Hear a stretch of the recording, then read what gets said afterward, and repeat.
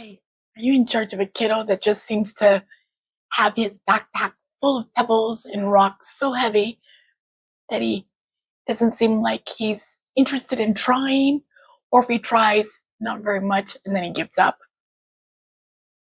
I've had a child like that, one or two in my life that I've had to deal with. By the end of this video, I'm going to give you 3 strategies to help them overcome that.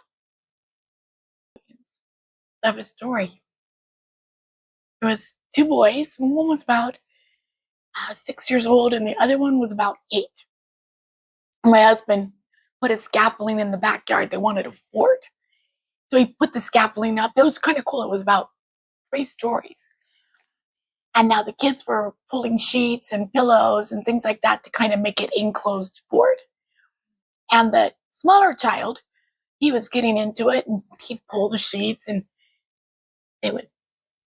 the wind would come and it would blow it off. And the older child, maybe 2, 3 times of tugging the sheet and tucking it and having the wind blow it or pulling it, it came undone. And he gave up. He was done. It just could not be done. He was frustrated and he stomped off. But the younger child kept at it, hour after hour.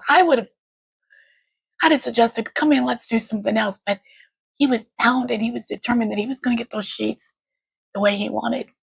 And guess what? He did. He successfully got them finally just balanced and tucked the way he wanted, and he had himself a fort. So, what's the difference between that resilient spirit, the I can attitude, may take a while, I'm going to do it, and that I can't do it, I give up, I'm too stupid to do this? What's the difference? And I would say it's the resilience bouquet. So how can we start to build resilience in children? And I would say the first thing is, remember that joke that says, how do you eat an elephant? One bite at a time. Or in other words, you can't teach a child that they can successfully climb or hike up a mountain until you teach them that they can take a shorter path and hike. So first we want to give them activities that they can be successful in, build their self-confidence. You get it? The second thing we want to do is we want to start talking about the effort that it took, the journey.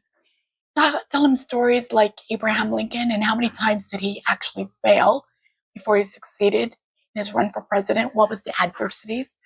You can find that time and time again in history. And you want to start talking about different chunks. It's about the journey. It's about the learning. Nobody starts out 100% successful in something. That takes the journey. The first is the being able to achieve, to build their self-confidence. The second thing is focusing on the journey or the task rather than actually succeeding, the little steps to get there. And what would be the third thing? So we talked about the journey. We talked about the success.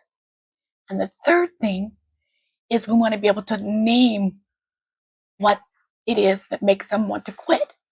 What are you feeling? Why do you want to quit?